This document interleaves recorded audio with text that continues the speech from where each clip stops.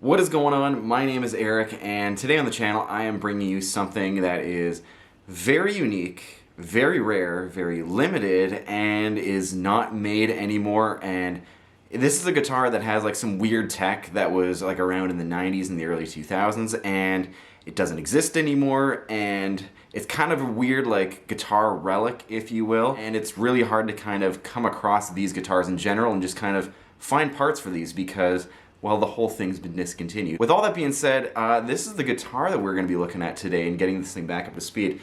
So this is a BC Rich right here. This is a giant beast, if you can kind of see. Like, the body of this guitar is basically the size of like my torso in the upper half here. Like, it's crazy. But the weird thing about this is, if we move to the headstock, there are no tuners on this guitar here, and if you have a keen eye, they have bullet strings on the top here. But then we go down here and we get to the best part of the guitar, or the worst part of the guitar, however you want to look at it.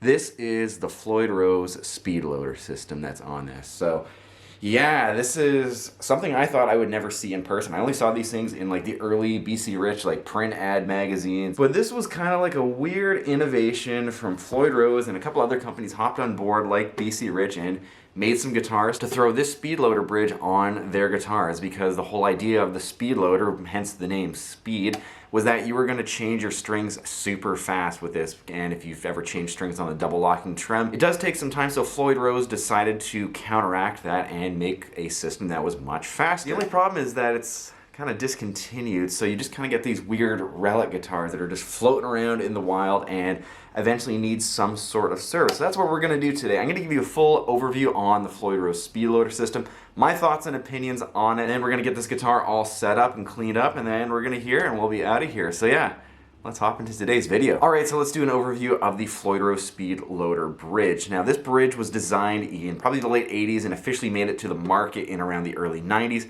and was in production until the early 2000s. And as I said earlier, the Floyd Rose Speedloader system came into production because there was a lot of people complaining about how long it took to restring a Floyd Rose guitar. I'm going to show a couple close-ups as well. Just comparing it to the traditional Floyd Rose bridge here, you're going to see some different kinds of saddles and some back end pins over here. Otherwise, for the most part, the base plate is pretty much the same from reading online. So the only real difference is just the saddles and the proprietary strings that you need to use for these guitars. That is a big part of these.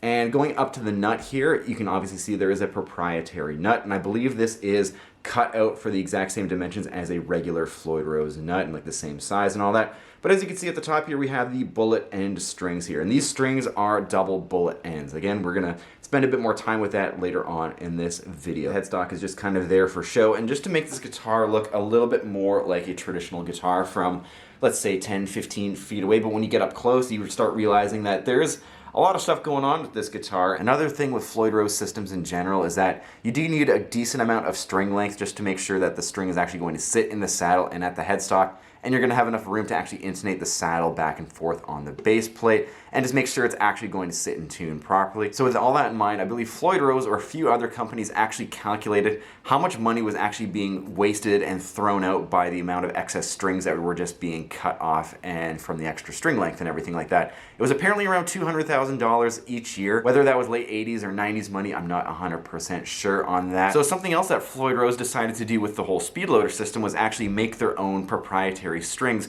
that you use with this that are basically cut to the exact scale length of the guitar, so then you're not going to have any sort of string waste to save a bunch of money for the manufacturer.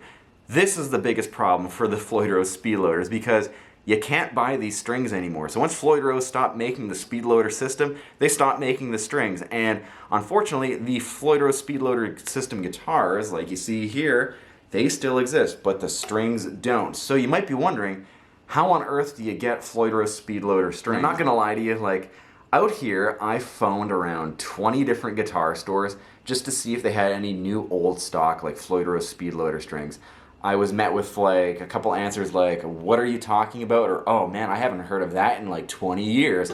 Or just like, I have no idea what you are talking about. And yeah, and it was always just kind of followed up with, well, happy trails, good luck. And kind of what you have to do when you're trying to find strings for a Speedloader bridge. I'm going to show some recent for sale listings so you can see what some new old stock Floyd Rose Speedloader strings are going for.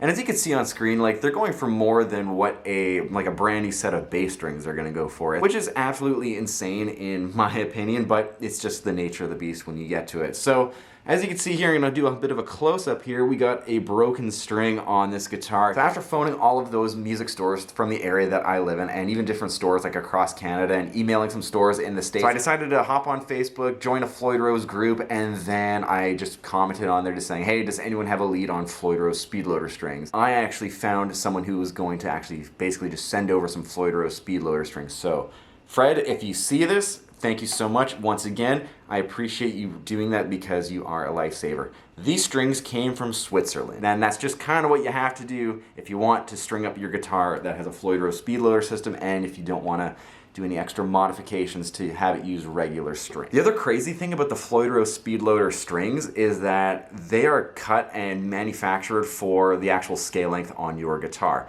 So all of the for sale listings that I saw were basically for guitars that had a 24 3/4 inch scale on it. And you know, that's good, and there was a ton for sale, so I kind of had my pick of the litter. If this guitar was a 24 3/4 inch scale, this is a 25.5 inch, so it's a little bit longer. And with the 25.5 inch scale length on this guitar, I was only allowed to use like certain gauges of strings, like maybe 9 to 42, 46, or even like a 10 to 46. But 24 3/4 inch scale guitars had their pick of the litter for whatever gauge of strings for the Floyd Rose Speedloader. So that's kind of some things you're gonna run into if you have this kind of guitar. And I honestly understand why the whole Floyd Rose Speedloader system kind of dropped, because there's a ton of stuff going on just to get your guitar to stay in tune and just to actually restring the guitar with the proprietary strings that you need. And I've looked high and low to try and find like another manufacturer for Speedloader strings like right now, and it just seems like they're non-existent. And at the end of the day, it just seems like there's so many different factors that kind of inhibit you from wanting one of these guitars or being able to kind of live with these and even just kind of play it and use it. Which is unfortunate because the design was cool, but maybe it was just too far advanced for its time, or you know, maybe it was just something that never caught on, and for the benefits that it kind of gave you by being able to restring your guitar in maybe 5 minutes, especially because it has a Floyd Rose on it, I don't know. Personally, I'll take some time, I'll throw on a podcast, I'll throw on an album, I'll restring a Floyd Rose in like 40 minutes and actually get it like set up perfectly and everything. But that is just my 2 cents, take that for what you will. They're pretty cool regardless, and despite the technology maybe not aging that well on this guitar, it's still a cool piece of musical guitar history. So with all that being said, let's do a deep dive on actually living with and like restringing a Floyd Rose Speedloader. All right, so now let's get to restringing the Speedloader bridge here. This is actually a pretty easy task right here. I have this guitar set up right now, just an E standard, so as close as it's going to be to E standard anyways, but this part I'm just going to demonstrate using the B string just because that's going to be able to translate a little bit easier on camera. As you can hear that is pretty much in tune here. So what you want to do when you are changing strings on your Speedloader bridge, you're going to go to the saddle right here. I'm going to try and get some close-ups of this so I can highlight them in. You want to push on the saddle right where the string feeds in with the ball end. Push down a little bit, you're going to notice that the saddle can go down ever so slightly. And then this back piece here, you're just going to pull it back. I'm going to lift it all up slowly, and then that saddle is going to come up. And then push the saddle up all the way. And then the string is out. After that, you then just take it out at the nut, and then you basically feed the string in backwards, starting at the nut, and then going all the way back into the saddle here. Feed that string in just like this. Pull the saddle back. Push that top part down. And then, in theory, the whole other design with the Speedloader is that this guitar should now be in tune, or at least that string should be in tune from where you left it. And that's pretty in tune. That's pretty incredible. For how quick this was and for how much this guitar really needs to get going, it's hard to say if this is really worth it, and I do understand why this whole system and these strings have honestly just totally dropped off. It is what it is. This is a really cool piece of guitar history here. So what I'm gonna do at this point is just change the strings, hydrate the fingerboard, clean the frets, and then polish the entire guitar. And I think we're gonna be good to go and actually hear how this guitar sounds after. As you can see here, all the strings are on the guitar, and the Floyd Rose is not really sitting flat, so I'm going to adjust this Speedloader system the exact same way as if this was just like a regular Floyd Rose, using just the claws in the back. And I'm also going to tune the guitar, and that's going to help out with getting the bridge a little bit flatter as well. So there's a full tutorial on my channel that will go over everything you need to know for setting up a Floyd Rose, and especially if it is your first time, since these systems require a couple extra steps to get them sitting flat and get your guitar playing as best as you can be. So next up, we actually have to tune this guitar because some of these strings are actually really out of tune. So I have to do that even though the Floyd Rose Speedloader system is supposed to get your strings sitting pretty close to where they were.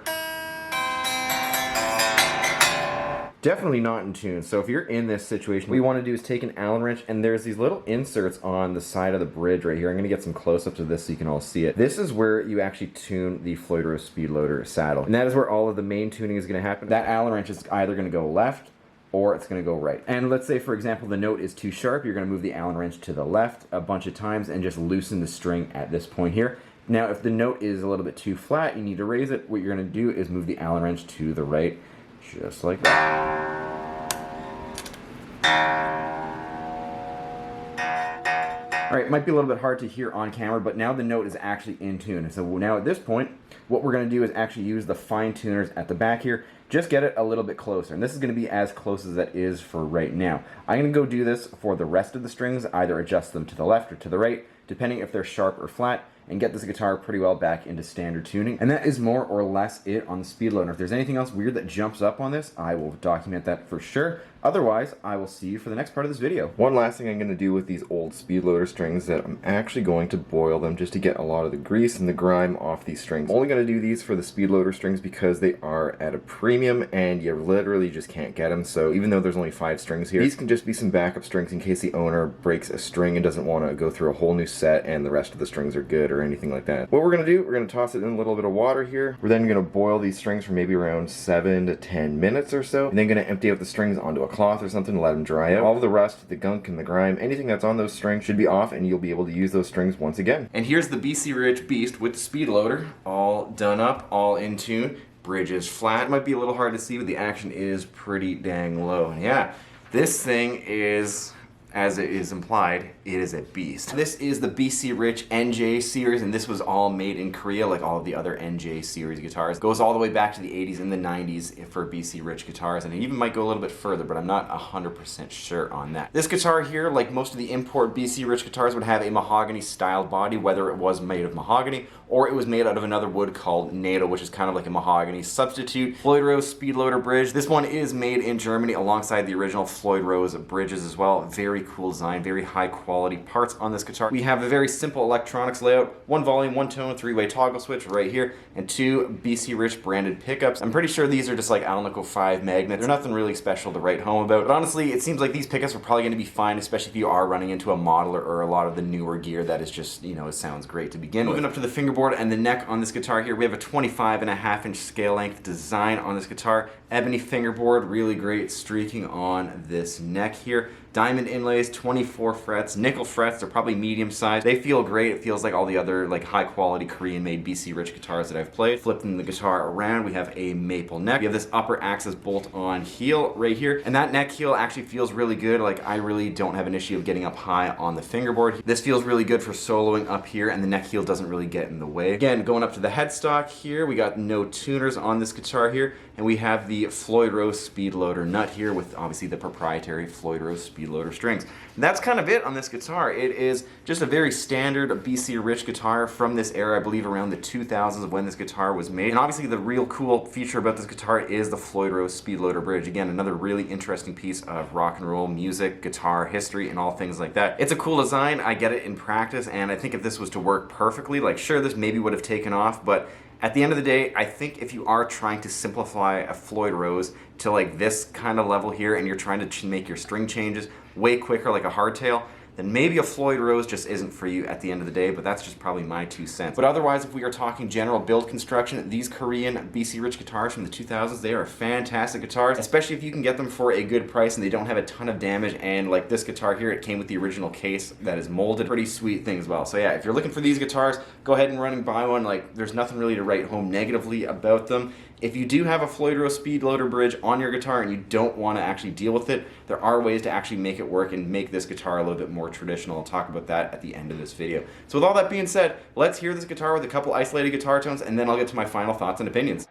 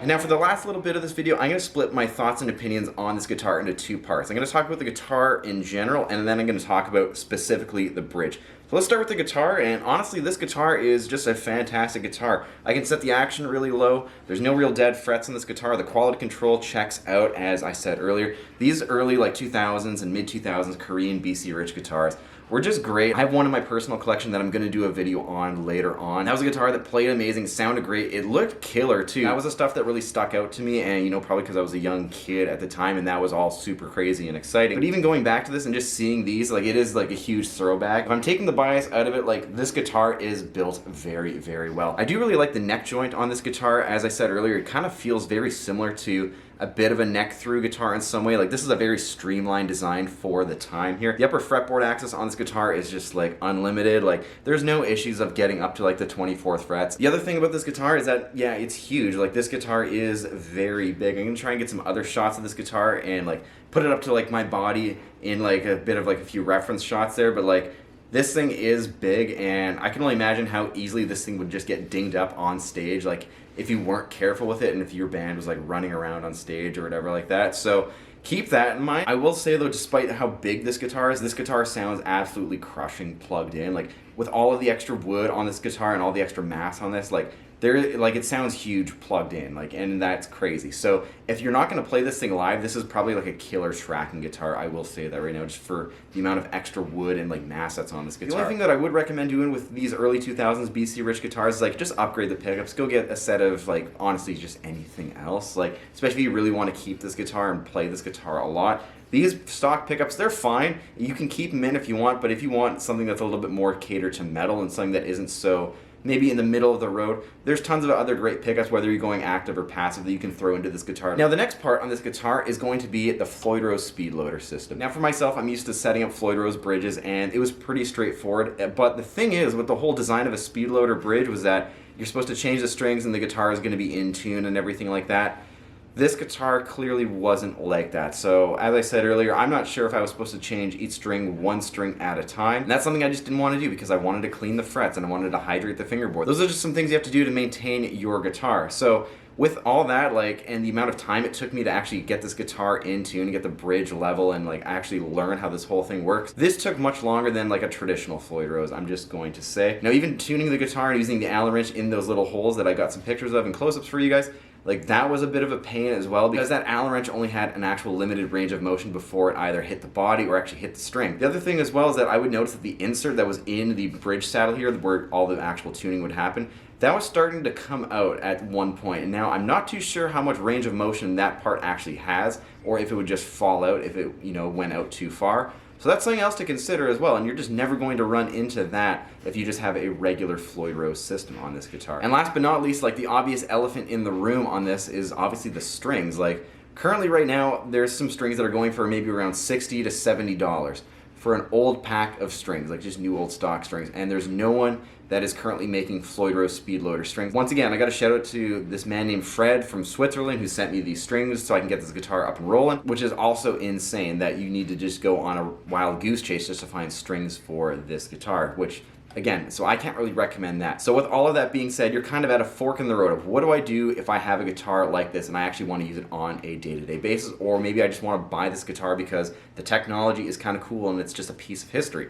You got a few options here. If you want to get this guitar and you want to keep everything original on it, then I would say find the set of Speedloader strings, restring the guitar, get it up to snuff and everything like that, and maybe just play it every now and then, or just kind of hang it on the wall as a cool art piece or something like that, especially if you can get this for a good price. The other thing that you can do is you can actually get rid of this bridge, or specifically the saddles, because the base plate on the Speedloader and the regular Floyd Rose bridges are pretty similar. Throw some regular Floyd Rose saddles in here, and then you're going to have to actually change out the nut to a regular Floyd Rose locking nut, and then you're going to have to drill some tuner holes into this guitar and just install some tuners. And in my opinion, that's probably going to be the best route for getting this guitar up to snuff and actually wanting to use it on a day-to-day basis and not having to worry about trying to go on a wild goose chase for strings. Now, at the end of the day, if it was my money, it's hard to say what I would really do because this is, again, this could potentially be a collector's item, especially for the BC Rich fanatics. They really like to have their stuff looking stock. But if I wanted to use this on a day-to-day basis, I'm pretty sure I would actually just convert this, drill some holes, and install some tuners, put the regular Floyd Rose nut on it, swap out the saddles, and call it a day because, this guitar is a killer guitar at the end of the day. It plays great, sounds great, and if you can do that, and if you can spend a little bit more money to convert this into a regular style guitar with a regular Floyd Rose, I think you're going to be a very happy guitarist at the end of the day because you have a pretty killer guitar, and honestly, look at this thing. It's just pretty sick. Let's be real here. So with all that being said, that's going to do it for today's video. If you learned something new and if you like different parts of this video, make sure you let me know in the comments below, especially around these BC Rich guitars or even the Floyd Rose Speedloader guitar. If you like the video, also make sure you hit that thumbs up button. If you're new to the channel and this is your first time checking out one of my videos, consider subscribing. Tons more videos like this doing guitar restorations and going over some deep, interesting, and cool topics on guitars. If you really like what I do, make sure you hit the notification bell so you don't miss a single video that I upload. Thanks for checking this out, and I'll see you next time.